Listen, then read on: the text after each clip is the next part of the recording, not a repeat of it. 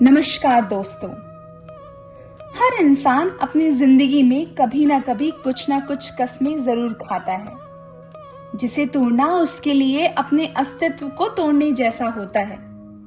आज की कहानी का मुख्य पात्र हीरामन, एक ऐसा ही सीधा साधा साफ दिल का गाड़ीवान।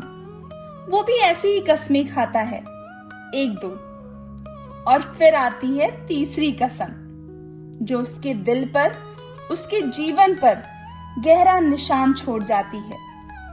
ये सिर्फ एक कहानी नहीं है, बल्कि एक ऐसा सफर है जो आपको सच्चाई, मोहब्बत और समाज के कड़वे सच के बीच ले जाएगा। आइए सुनते हैं फणीश्वर नाथ रेणु जी की अमर कहानी, तीसरी कसम। हीरामन। गाड़ीवान की पीठ में गुदगुदी लगती है। पिछले 20 साल से गाड़ी हाँकता है हीरामन, बैलगाड़ी। सीमा के उस पार मोरंग राज नेपाल से धान और लकड़ी ढो चुका है। कंट्रोल के जमाने में चोर बाजारी का माल इस पार से उस पार पहुंचाया है, लेकिन कभी तो ऐसी गुदगुदी नहीं लगी पीठ में। कंट्रोल का जमाना, हीरामन कभी भूल सकता है उस जमाने को? एक बार 4 खेप सीमेंट और कपड़े की गांठों से भरी गाड़ी जोगबनी से विराट नगर पहुंचाने के बाद हीरामन का कलेजा पुख्ता हो गया था। फरबीसगंज का हर चोर व्यापारी उसको पक्का गाड़ीवान मानता। उसके बैलों की बड़ाई बड़ी गद्दी के बड़े सेठ जी खुद करते, अपनी भाषा में। गाड़ी पकड़ी गई 5वीं बार, सीमा के इस पार तराई में। महाजन का मुनीम उसी की गाड़ी में गांठों के बीच चुक्की मुक्की लगाकर छिपा हुआ था। दरोगा साहब की 1.5 हाथ लंबी चोरबत्ती की रोशनी कितनी तेज होती है, हीरामन अच्छे से जानता है। 1 घंटे के लिए आदमी अंधा हो जाता है यदि एक झलक भी पड़ जाए आंखों पर। रोशनी के साथ कड़कती हुई आवाज आई, ए गाड़ी रोको, साले गोली मार देंगे। 20 गाड़ियां एक साथ कचकचा कर रुक गई। हीरामन ने पहले ही कहा था, यह 20 बिसावेगा। दरोगा साहब उसकी गाड़ी में दुबके हुए मुनीम जी पर रोशनी डालकर पिशाची हंसी हंसे। मुंडी मजी, ए साला गाड़ीवान, मुंह क्या देखता है रे? कंबल हटाओ इस बोरे के मुंह पर से। हाथ की छोटी लाठी से मुनीम जी के पेट में खोचा मारते हुए कहा था, इस बोरे को। साला, बहुत पुरानी अखज अदावट होगी दरोगा साहब और मुनीम जी में। नहीं तो उतना रुपया कबूलने पर भी पुलिस दरोगा का मन डोले भला? 4000 तो गाड़ी में बैठे बैठे दे रहे थे। लाठी से दूसरी बार खोचा मारा दरोगा ने, 5000। फिर खोचा, उतरो पहले। मुनीम को गाड़ी से नीचे उतारकर दरोगा ने उसकी आंखों पर रोशनी डाल दी। फिर 2 सिपाहियों के साथ सड़क से 20-25 रस्सी दूर झाड़ी के पास ले गए। गाड़ीवान और गाड़ियों पर 5-5 बंदूक वाले सिपाहियों का पहरा। हीरामन समझ गया, इस बार निस्तार नहीं, जेल।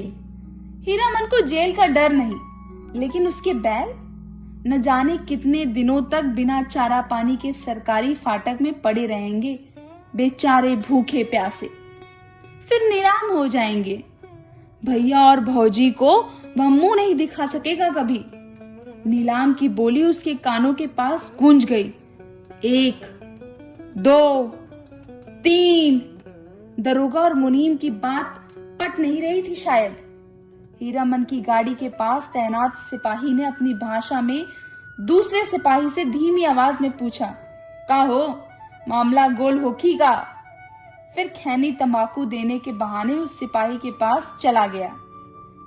1, 2, 3, 4 गाड़ियों की आवाज। हीरामन ने फैसला कर लिया। उसने धीरे से अपने बैलों के गले की रस्सियां खोल ली। गाड़ी पर बैठे बैठे दोनों को जुड़वा बांध दिया।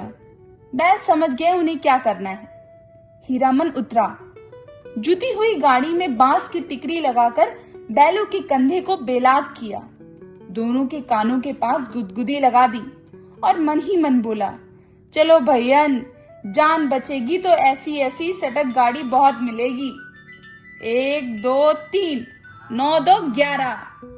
गाड़ियों की आड़ में सड़क के किनारे दूसरे तक घनी झाड़ी फैली हुई थी। दम साधकर तीनों प्राणियों ने झाड़ी को पार किया, बेखटक बेआहट। फिर 1 ले 2 ले दुल की चाल। दोनों बैल सीना तानकर फिर तराई के घने जंगलों में घुस गए। राह सूंघते नदी नाला पार करते हुए भागे पूंछ। पीछे पीछे हीरामन। रात भर भागते रहे थे तीनों जन। घर पहुंचकर 2-3 दिन तक बेसुध पड़ा रहा हीरामन। होश में आते ही उसने कान पकड़कर कसम खाई थी, अब कभी ऐसी चीजों की लदनी नहीं ला देंगे। चोर बाजारी का माल। तौबा तौबा, पता नहीं मुनीम जी का क्या हुआ, भगवान जाने उनकी सटक गाड़ी का क्या हुआ। असली इस्पात के लोहे की धुरी थी। दोनों पहियों तो नहीं, एक पहिया एकदम नया था। गाड़ी में रंगीन डोरियों के फुदने बड़े जतन से गुथे गए थे। 2 कस्में खाई है उसने, एक चोर बाजारी का माल नहीं ला देंगे, दूसरी बांस। अपने हर भाड़ेदार से वह पहले ही पूछ लेता है, चोरी चकारी चीज तो नहीं है। और बांस लादने के लिए 50 रुपए भी दे कोई, हीरामन की गाड़ी नहीं मिलेगी, दूसरे की गाड़ी देखे। बांस लदी हुई गाड़ी से 4 हाथ आगे बांस का अगुआ निकला रहता है और पीछे की ओर 4 हाथ पिछुआ। काबू के बाहर रहती है गाड़ी हमेशा। सो बेकाबू वाली लदनी और खरैया शहर वाली बात। तिस पर बांस का अगुआ पकड़कर चलने वाले भाड़ेदार का महाब कुआं नौकर। लड़की स्कूल की ओर देखने लगा। बस मोड़ पर घोड़ा गाड़ी से टक्कर हो गई। जब तक हीरामन बैलों की रस्सी खींचे तब तक घोड़ा गाड़ी की छतरी बांस के अगुआ में फंस गई। घोड़ा गाड़ी वाले ने तड़ातड़ चाबुक मारते हुए गाली दी थी। बांस की लदनी ही नहीं, हीरामन ने खरैया शहर की लदनी भी छोड़ दी। और जब फरबीसगंज से मोरंग का भाड़ा ढूंढना शुरू किया तो गाड़ी ही पार। कई वर्षों तक हीरामन ने बैलों को आधी दारी पर जोता, आधा भाड़ा गाड़ी वालों का और आधा बैल वाले का हिस्सा। गाड़ी वानी करो मुफ्त। आधी दारी की कमाई से तो बैलों के ही पेट नहीं भरते। पिछले साल ही उसने अपनी गाड़ी बनवाई है। देवी मैया भला करे उस सर्कस कंपनी के बाघ का। पिछले साल इसी मेले में बाघ गाड़ी को ढोने वाले दोनों घोड़े मर गए। चंपानगर से फरबीसगंज मेला आने के समय सर्कस कंपनी के मैनेजर ने गाड़ीवान पट्टी में ऐलान करके कहा, 100 रुपया भाड़ा मिलेगा। 1-2 गाड़ीवान ही राजी हुए, लेकिन उनके बैल बाघ गाड़ी से 10 हाथ दूर ही डर के डिरकने लगे, रस्सी तुड़ाकर भागने लगे।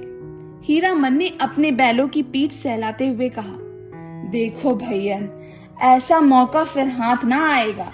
यही मौका है अपने गाड़ी बनवाने का, नहीं तो फिर आधी दारी। अरे पिंजड़े में बंद बाघ का क्या डर, मोरंग की तराई में दहाड़ते हुए बाघों को देख चुके हो तुम, फिर पीठ पर तो मैं हूं ही। गाड़ी वालों के दल में तालियां पटपटा उठी थी एक साथ। सभी की लाज रख ली हीरामन के बैलों ने। हुक्म कर आगे बढ़ गए और बाघ गाड़ी में जुड़ गए, एक एक करके। सिर्फ दाहिने बैल ने जुतने के बाद ढेर सा पेशाब किया था। हीरामन ने 1-2 दिन तक नाक से कपड़े की पट्टी नहीं खोली थी। बड़ी गद्दी के बड़े सेठ जी की तरह नकबंधन लगाए बिना बघाइन गंध बर्दाश्त नहीं कर सकता कोई। बाघ गाड़ी की गाड़ी वानी की है हीरामन ने, कभी ऐसी गुदगुदी नहीं लगी पीठ में। आज रह रह कर उसको गाड़ी में चंपा का फूल महक उठता है। पीठ में गुदगुदी लगने पर वह अंगोछे से पीठ झाड़ लेता है। हीरामन को लगता है 2 वर्ष से चंपानगर मेले की भगवती मैया उस पर प्रसन्न है। पिछले साल बाग गाड़ी जुड़ गई।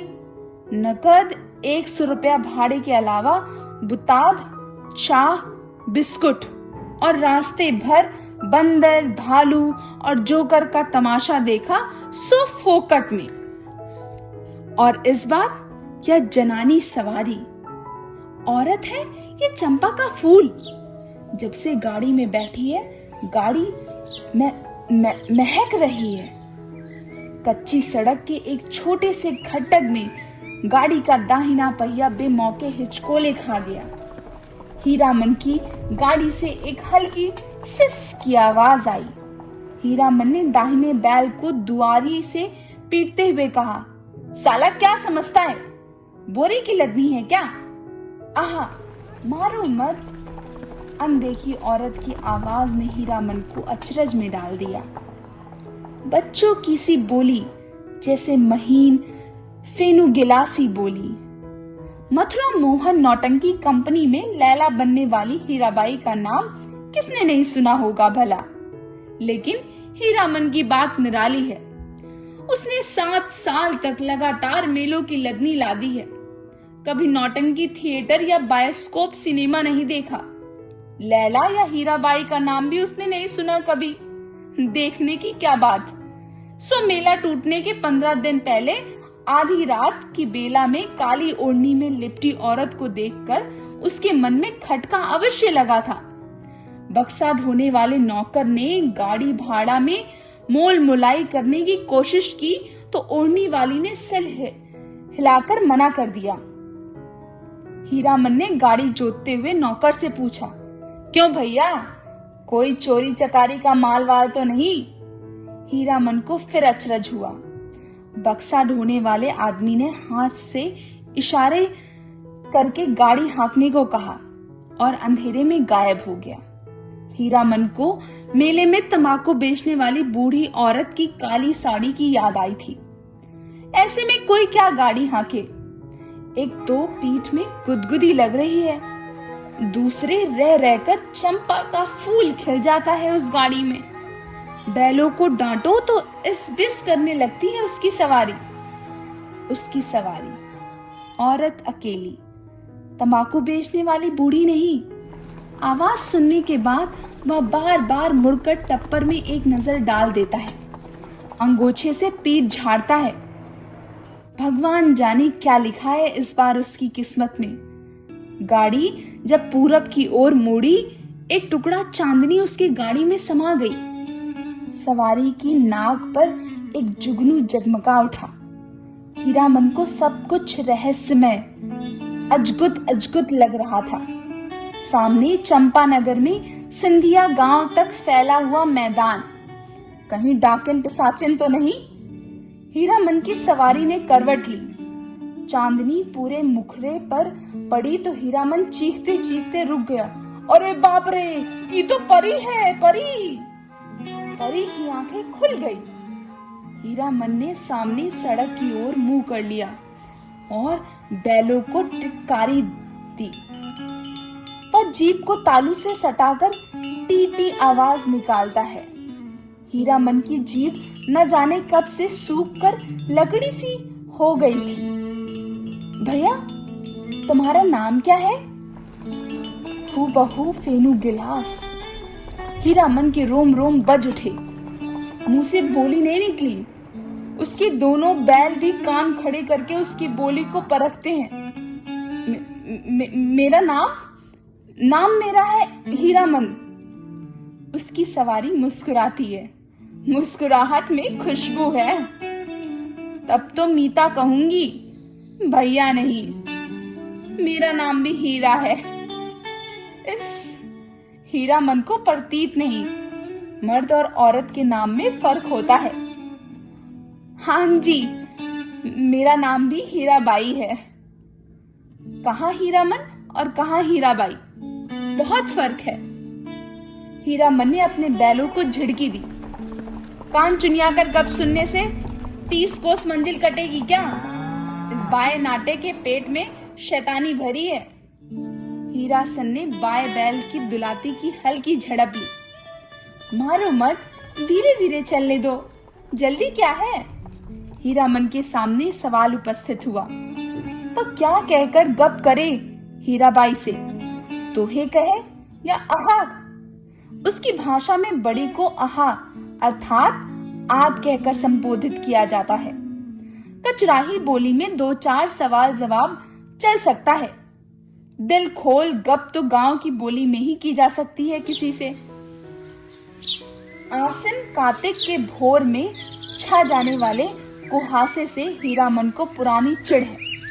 बहुत बार वह सड़क भूलकर भटक चुका है, किंतु आज के भोर के इस घने कुहासे में भी वह मगन है।